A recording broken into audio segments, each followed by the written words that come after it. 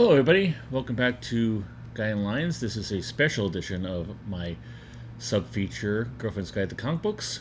Uh, New York Comic Con is almost upon us. Yay! It is a wonderful, exciting, frustrating, exhausting, angering, uplifting event. And I'm going to take this time to now to give you a little guide to the comic book convention. Let me give you my CV to let you know about this. I have been to, I think, almost every New York Comic Con. Maybe, I think, one year I didn't make it because we were sick, and of course they didn't have it on during the pandemic. But I've been to this convention for ages and ages and ages. I've been just seeing it grown from like being one little tiny room at the bottom of the Javits that was oversold, that they had to, the state troopers had to come in and close it down, to being one that has not only spread out throughout the entire Javits Center, but also throughout all of New York. You'll see pop-ups here and there and everywhere around the city. I used to go to a hotel on 37th, and they usually have a pop-up in one of the buildings along the walk there. 2 years ago, it was about the Sandman Audible book, which was fun to go in there, and it had a whole kind of stuff about Sandman. Last year, I think it was for the Dune TV series, tie-in TV series, which had a big line outside, so that's massively popular. But the whole thing, all things considered, is it's a big, big con, and I know a lot about the ins and outs of it and the quirks of it, and I like to share this with you. This whole segment is about to help you become a better comic book collector, comic book reader, a better participant in the hobby, and becoming a better con goer is also part and parcel of that. Let me first start off by talking about the actual venue. The venue is the Jacob Javits Center. It is on the west side of Manhattan Island.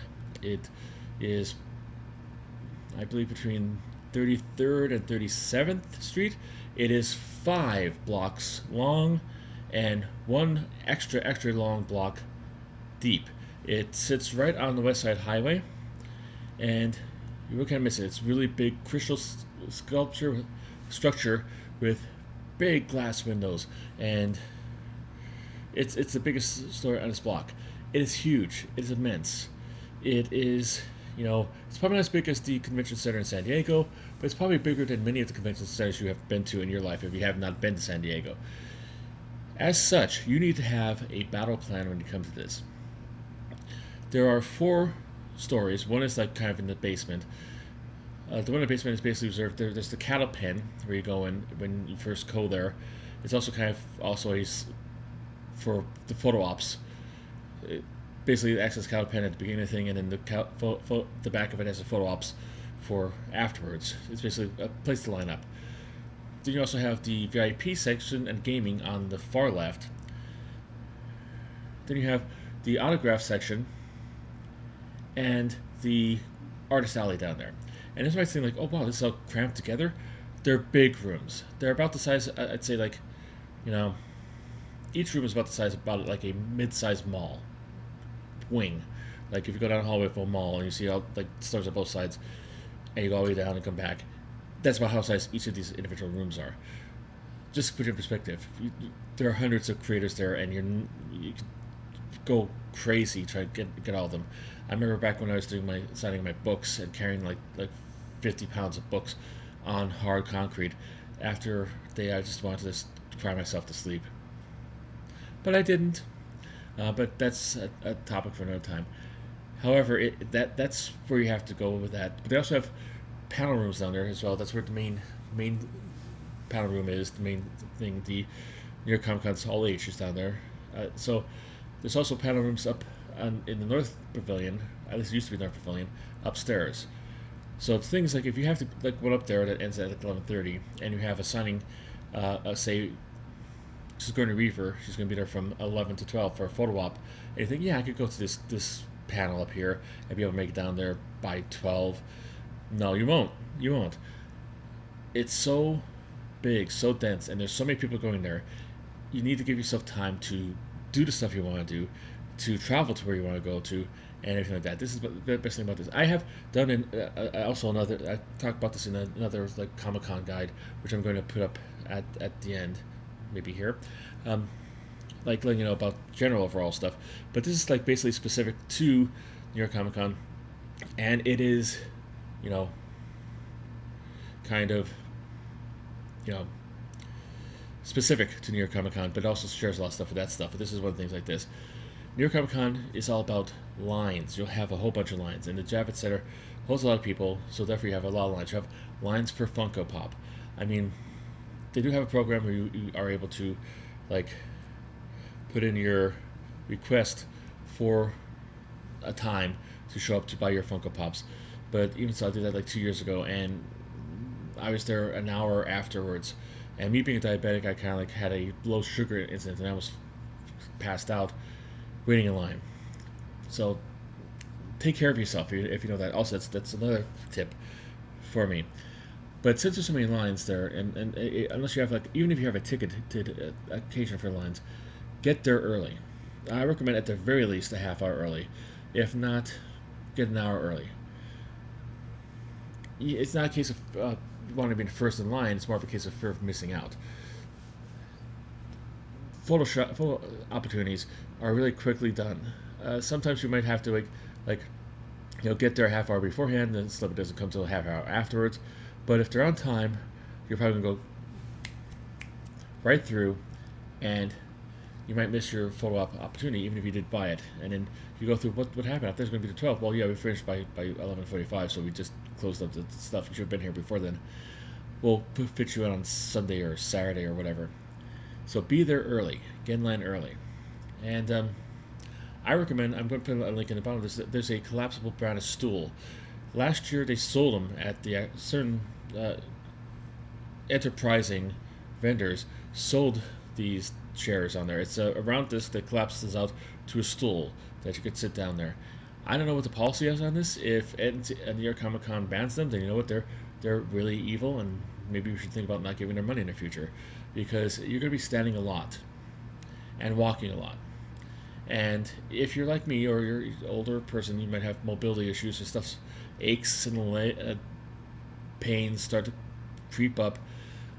A popular thing to sit down is to sit around the perimeter of the actual con floor against the wall, and it's down on the cold concrete, and if you're able to get up and down from that, good for you, more power to you. I envy you. I used to be that way, but now it's kind of like I'm thinking about getting one of these chairs. But I've seen people use them. They fit up to 400 pounds, and they're compact, sort of. They're about the size of a backpack, but it will be able to actually, you can have a sit if you're waiting in line for a autograph or a book signing or a giveaway. You don't have to actually be standing up. Let's go up to the next level. Next level above like the basement level is the entrance level. They have several entrances. Check your ticket to make sure what entrance you go to. VIPs, I think, exhibitors and press go on the the southernmost part of the Javits Center, and all the rest of the plebes go to the right side of the Javits Center. There will be bag checks, so if you don't want to be stopped by bag checks, don't bring a bag. However, bring your bag. These days ages, you'll have to bring a bag. I recommend you just zipping open the bag so it's easier for them to look in. You fumbling there will hold up stuff and keep you out from going in quicker. Just take your backpack off, hold it with you, open all the various and sundry zippers, and so it's ready to present to them, and then you can zip it back up and go into the con, and it'll be less amount of time. If you go there early, if you go there at 10 o'clock, say, and you want to just walk right into the convention, you're probably not going to be able to. They have a holding pen down on the bottom for all the people there. People have been known to go at 3 o'clock in the morning and camp out there. But regardless, if you go like at 3 o'clock in the morning or 9 o'clock in the morning, whatever, or 10 o'clock, you'll be in there. If you don't want it's a pain in the and I don't think this, but it's one of those things like I don't think they really have any say in the matter. I don't think there's any way you get to do it any differently. It is kind of it's a thing, but it's a process. And then like after you're down there, once they open the doors, they let you in, and you have to go up two sets of stairwells, but they're escalators, and I think they turn them off so like nobody gets killed. A lot of times there's a mad dash for it because a lot of people who are there from 3 o'clock in the morning get there because they want to get all the exclusives and incentives. My attitude to that is like if in the future you want to do this, I'd recommend getting the VIP program. VIP has its own separate entrance. I didn't get it this year because it's cost prohibitive, and I'd rather spend the money on buying comic books instead of actually getting into that. The only benefit I used was the VIP lounge, which was very helpful, and you get a free T-shirt, which is nice. But for me, for the amount of money they were charging, I don't think it was a good investment, so I didn't do that. But if you are the person who wants to get those exclusives as soon as they come out, as soon as they're released, and you're willing to kill anybody to do that, don't do that. Don't go downstairs. Don't get a regular ticket. Just pony up the dough. Get the money. Get the VIP pass because you'll be in probably like 15 minutes before anybody else is, and you'll be able to get to the place there. Even still, I got in there last time and I was trying to get like some book signings, and it just people are like whizzing by you and bumping into you and stuff like that. It's like, dude, you got early entrance and you're still running. Why? It's crazy. So if you're not involved in any of that, my advice to you would be come in like a half hour, an hour later, after the con. The con is busy, it's big, you know, you. But if you have a targeted things you want to see, like back issues or toys or panels, or panels that starts like 11 o'clock, try to actually like come in later and go directly to that, so you don't have to like worry about it. That would be my advice to you about that, because for me, going in the hard concrete of the cattle pen down below, it's exhausting and it's a pain in so many ways. So I'd rather just like take like an hour off and come in later and just walk right in, instead of like having to go through the whole rigmarole of the whole cattle pen. But that's just me. Now this is the second floor also has some vendors. It has some food items. Oh, I forgot about this. The lower venue has like their cafeteria system and places to sit. Usually gets filled up immediately. It's constantly filled throughout the entire convention. Outside of the lower area, they had food trucks, which is a really good, like kind of like very, very good kind of selection of food that you might not know of or might not have heard before. The food will be expensive, especially in the actual convention center. You should not my advice to in the original convention things brings like a granola bar or a protein bar or some kind of like nutritional bar you could bring with you that fits in your pocket or your backpack or whatever, and you just take it out and eat it.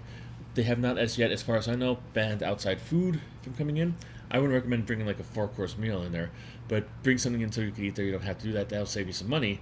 However, if you want to, I think like I don't know, like check the food trucks outside. They have various prices, but probably definitely cheaper than the food inside, and probably even better, or at least more unique. I remember I think we got like me and my daughter a couple years ago got like kind of like a bowl, like a Nigerian food bowl. We just tried it out and it was kind of spicy, but it was really good. That would be something I would try. Are there restaurants around the venue? Yeah, but it's about a couple blocks away, and it'd probably be like maybe a half-hour walk to get there and half-hour walk to get back. If you're okay with like I said, if you're not that hyped on liking into the panels on time, and when you get the exclusive when they're there, and you might get the signatures while the guys are there and stuff like this. If you have a more laid back experience, yeah, by all means go through that. There's plenty of stuff to go around. Everything from like McDonald's to bar pubby places to chain restaurants. depending how far out your radius wants to go. Times Square is not really that far away from it. It's about 9 blocks away, and they have a whole bunch of stuff. They have Red Lobster, they have Margaritaville, they have Yard House. Yard House is one of my favorites, and they also have a bunch of like the Beer Authority, and have a bunch of other smaller little venues, little mom and pop stuff that you could do that. Will the prices be as cheap as your hometown in Inkerman, Pennsylvania? Probably not. It'd be probably more expensive, but you have to take this into consideration. Thinking like, if you go to like a hotel that has like a breakfast, you can load up on breakfast there before you hit the con, and you know have a good time and get full up as part of your hotel thing. So the main level has like your coat checks. It has certain like places you could get food, like snack food, like I think they have like pre-made sandwiches and stuff like that. You get sodas or waters and stuff like this. My recommendation is either bringing a water bottle with you, or buying one bottle of water at like a bodega on the way in. Drink that, and there's water fountains all the way through the venue, and you can have them refilled during the day. Just refilled constantly and drink it that way. Cheaper than paying like $5-6 per bottle throughout the whole day. Or even if $3 would be expensive if you drink like a lot of water. I'd say keep hydrated. Is the whole thing of keeping healthy too. Make sure all you take all your medications and all that kind of stuff before you go in there. Make sure you're ready for the convention. And I'm sorry this is rambling. I'm just trying to do it off the top of my head, but I think this is me like hey, if we're in the bar together, tell me about New York Comic Con. This is what we're telling you about New York Comic Con. The next level is the vending level. This is where the show floor is, basically. All the various and sundry kind of vendors are there. The main area is basically taken over by book publishing on one side and video games on the other side. And you'll see video games usually go all out. They have big displays of the main character from One Piece hanging from the roof, and big pirate ships, and video game demonstrations, and you have all stuff like this. Bookstores usually they give out, they have author signings, and sometimes they give out books with this. It used to be really good back in the day. They used to give out like free stuff for everything. But nowadays it's kind of like they do have stuff you have to go in there, put your name in, and request it. If you're not getting there as soon as they open, you might not be able to get in to it. But it is what it is. Usually next to the books is all the comic book vendors. Sometimes they have scattered around every place, but usually have like Harley East, usually there. Absolute Comic Books and Statues is there. Victory Comics is, if you're a comic book guy, go to Victory Comics. It's $3 comic books, and you say like, I'm excuse me, that's a little rich for my blood. I like the dollar comics, and there'll be dollar comic books there, but the $3 comics from Victory Comics is what people who collect comic books rush to get in to go to. This is the fear of missing out bin, because they have $3 comics, but they're like going all the way back to the Silver Age and in really great condition and really great company. I went to the booth like 3 or 4 times last time, threw my stuff there to buy stuff. I spent like about a couple $100 there, and they still had stuff I could find for my collection. It is the best thing, and they're like kind of centrally located. They do hand out, I believe they just started back up again last year, handing out a complete different program to go along with it. It has kind of like a map in it, and all the list of vendors and where they are, and articles and stuff like this. Pick up one of those. It's good to have a map for everything, so you know where everything is. And don't look at the map in the middle of the floor, pull over to the side, go by one of the pillars or whatever, just so you're not blocking traffic. But get one of those as soon as you come in, and you also get a lanyard and stuff like this. It's a thing. The indie area is kind of like over to the left, and they also have like a bunch of stuff like there, like I think that's where they have wrestlers signing against the wall, t-shirt vendors, all kinds of stuff. I mean, I'd recommend giving, if you can, get like a big trip of the entire floor. I can't imagine how long it would take, but go for it. See if you can do that. That might be interesting to do. And that's basically the thing. Like, I would recommend like getting a map and figure out what it is and do some pre-planning beforehand. So, everything's clearly marked. They have the big hanging signs from the top telling you this is row 600, this is row 500, this is row 1300. So you know what that is, and you have to like go up and down to look for the. If you find like it's like 1306, find out where it's going to be on that row. But you should be able to find it. But do some research about where your favorite vendor or company or trader is going to be. Like I said, Artist Alley is down in the bottom. I think up top they had like Bill Sienkiewicz had his booth up there, and Alex Ross has his big display up there. They won't be there. They weren't there when I went there. I don't know if Bill Sienkiewicz was there at all. I know Alex Ross doesn't show up. He doesn't have to. He just have people there selling his Gleacies and prints and original art and stuff there. But most of if you want to go comic book creators, unless they're at like an actual comic book company's booth, they're going to be downstairs. The fourth level is, I believe they have like a cosplay area where they have like cosplay demonstrations and seminars and stuff like this. And I believe when we went up there, I think it's a good place to actually, just see what's going on.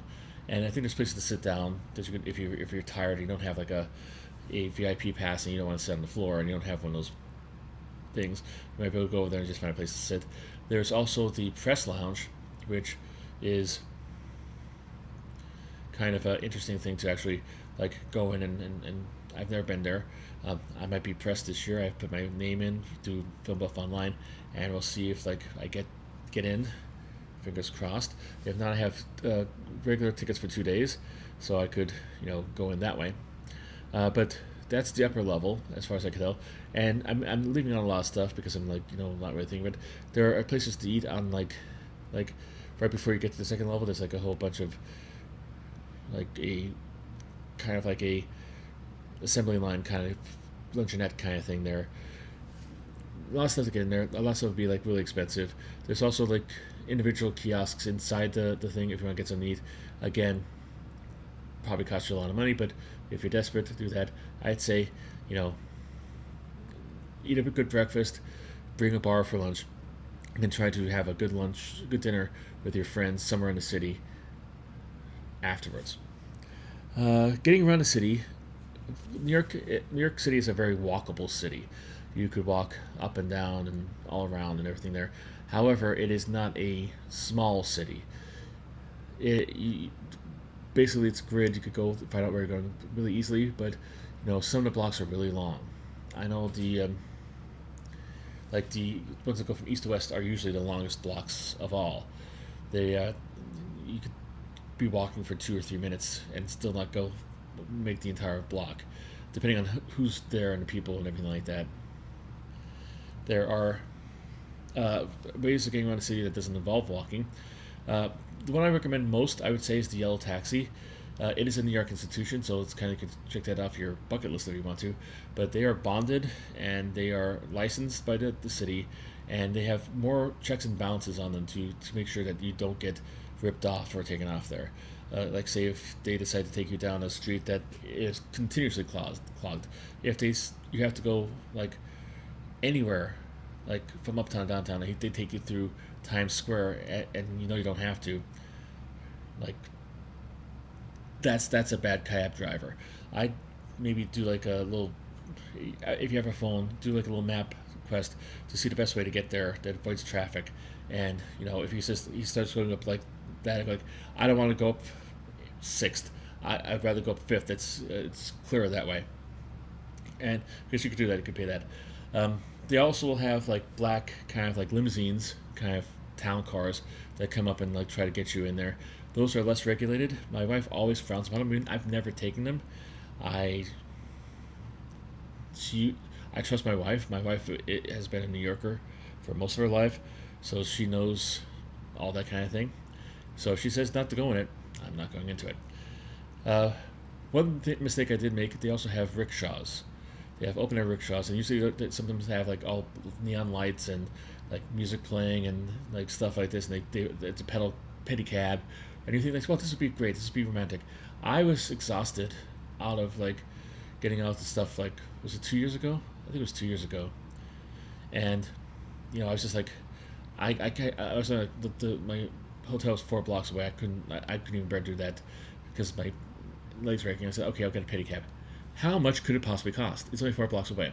Well, first of all, they got me in and they took me like like New York is set up as a grid, and each I said that already. I know, but each street pretty much there's not many two-way streets in there. There's a few. Um, I think like the one right in front of Javits is a two-way street. And I think Eighth is a two-way street, but most of them are like alternating north south, south north, one-way streets, and also with east west. So you cannot always go down the street you want to. If like 37 was one that came out, went from east to west, and 38 went from west to east. So she got me in a cab, and like instead of going down 38th, which would take it there and just like do a quick thing around, she went down to 40, or no 36, or 34. And I said like I'm on 37. Oh, I know. Get there, she's going through there. There's traffic. There's all kinds of stuff. She's getting behind every car that's going there. She's not like really moving fast. She's just taking her time. So I ended up like going like say like 10 blocks for this, and the price for this was $125 to go to my hotel, which was only 4 blocks away, and she had the nerve to ask for a tip. If you have that kind of discretionary money that you want to spend $125 on a car ride there, try to get a cab. Try to get some other ways of getting there besides like just the pedal cab. Stay away from them. Stay away from them. I've learned from my mistake. Learned from my stupidity. Please do not go through them. It seems good, but they supposed to charge by time, and obviously this woman made sure she made the trip last as long as possibly she could, because she could have went down another street. She decided not to. She had to make it the longest path possible until I called her on it. Who knows? I might have been down in Soho, and then eventually come back up. And just don't do that. However, if you're going someplace that's further away, there's a subway station that's about a block away from the Javits Center. It's towards the southernmost end of the Javits Center. It's a relatively new one, so it's there. But you have to actually like have this big, huge, like escalator to go down it. If you're carrying 5,000 pieces of flair or statues that you bought or comic books that you bought, I don't believe there's a elevator there. I never actually tried to find it, but it's probably pretty awkward to go down there and going in and stuff. But if you have like just yourself and like a backpack full of stuff that is easily to manage, that's an option for you. You just have a 7, I believe, goes like all across Manhattan. It'll take you to Grand Central. And Grand Central, you can pretty much go anywhere you want to. I believe so. There's a 1, 2, and 3 that goes up and down on I believe, the east side, and 4, 5, and 6 go on the west side if you want to go up and down. So, and other goes out to the boroughs and stuff like this. If you are looking to explore New York City, and you might think, wow, I'll go out to Brooklyn, or I'll go out to Queens, or I'll go out to Staten Island. They're all together. I'll get my chance to see. There's supposed to be a really good comic book store out in, like in the Bronx. Just realize that it'll probably take you hours to get there. If you're driving, definitely. Traffic usually is terrible. I've been living up in the greater New York metropolitan region for 20 years, and I have never been to Staten Island because my wife refuses to go there. She'd rather go into my hometown in Pennsylvania, which is 2 hours away, because it's a shorter drive and less frustrating, because going to Staten Island is like being stuck in traffic constantly for those 2 hours.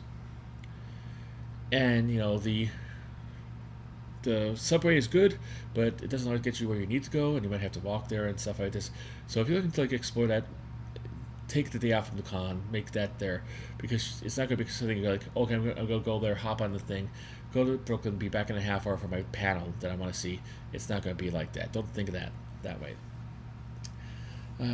Let's see, what else can I tell you about? There are a lot of tourist things. You have to be on the lookout for it, like I told you about the pedal cabs. Also, if you're walking through Times Square, you'll see a whole bunch of weird people. You also have to see a lot of people who are trying to hand you their CDs, like, hey, I'm a rap artist, can you give me this? Can you give me look at this? You seem like a music lover, and you'll take it, and they'll try to Oh, good. Hey, since you're ticket, can you help me out? I'm trying to help this out. I'm trying to make a deal about this. Can you give me like $20 for it and something like this? And don't do that. I mean, don't be pressured into it. You could say no. Also in Times Square, there's like people dressed up as superheroes. Like you could man something like this. They're not free. They want a tip. I don't know if it's the same thing like as like Los Angeles that you don't have to tip them if you don't want to, but I wouldn't chance that. Don't even take a picture of them from afar because you want them to kind of stick and come over and start screaming at you. Just ignore them because New York City ripoffs. If you're in town, I recommend you go seeing a show. There are might be a little hard to get them. There's like a tickets booth you could actually get tickets from that have like on the day of the show tickets that haven't been sold. They get like half price or steep discount. However, you have to be there at the time they go on sale. Be in line and do that. If you're going to the con, you might not be that. But I would recommend if like you can try to go to see a show. It's you get to see some of the best actors working in the entire world doing this. Some famous, some you might never heard of before, but the cream of the crop, and a whole bunch of like shows there. I recommend you try to do that. Um, there's also a lot of live music venues that you go to. There's the like you can look around and do stuff like this. There's a lot of extracurricular activities for New York Comic Con. There's a lot of parties, a lot of stuff. There is a barcade not that far from Javits Center, which is a arcade, and you pay like $20 for an hour, and you could play all the games there and there, pinball machines and video games, video games. I think they also serve beer and food. There's all kinds of stuff like that scattered throughout the city. Do your research if you haven't already. Try to cram it in as much as possible, because the more research you do for New York City and New York City Comic Con, the better off you will be. It'll make it much more easier for you, much more fun, because it's easier to know, hey, I want to go to this signing. It's at this place at this time, and I need to go through the map to go through here to get there. Then it's like, oh, okay, where is it? Where is it? And like looking around, and you get there, you miss the whole thing, and you'd be very disappointed. That's all I can think off the top of my head. I'm gonna keep this like kind of close to a half hour, and I see that it is a half hour, a little bit over a half hour. What do you want? What would you need to know? What would you like to know about New York Comic Con? What questions do you have of an experienced con goer there? Is there something you want to know about parking? There's parking around there. You find parking is usually kind of high, but you know. Is it Uber? Yes, there is Uber. It'd be hard to get there. There's probably going to be event pricing for that as well. And also you have to just like fight with the people outside. Also, one thing I don't know about the yellow cabs. Yellow cabs do stop in front of the Javits, but after the con ends, it's going to be like a feeding frenzy. Like somebody just emptied a bucket of chum in front of there. So the cabs are kind of in a high priority. If you could walk, and you could walk there, like walk a couple blocks up, and depending where your hotel is, if it's uptown or downtown, go to the street that has that, and then try to get a cab there. Probably easier to get a cab there than it would be waiting there in there. It, that's what I could recommend to you and stuff like that when it comes to cabs. You can always try to go outside the Javits, and depending on like what time of day, if you're leaving early, you might be able to get that. If you don't have a hotel that's right next door. I know a friend of mine stays in New Jersey. The ferry is right behind the Javits Center. He gets right on it and gets right over New Jersey, and he's there in a quick amount of time than he would if he had a more expensive hotel in. But if you have any other questions, let me know in the comments, and I'll try to answer them as best as I possibly can. Have a good time. I will be there by hook or by crook, either all 4 days or just one day.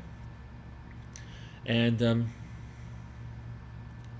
if you see me, say hi, and like I'll give you my card, and I'll try to say hi, and be nice to meet you. Unless you want to beat the crap out of me, then don't come near me, please, because I'd be easy to beat up. However, I hope you enjoy New York Comic Con, and I hope you enjoy this. And while you're there, just remember this one thing: keep on collecting.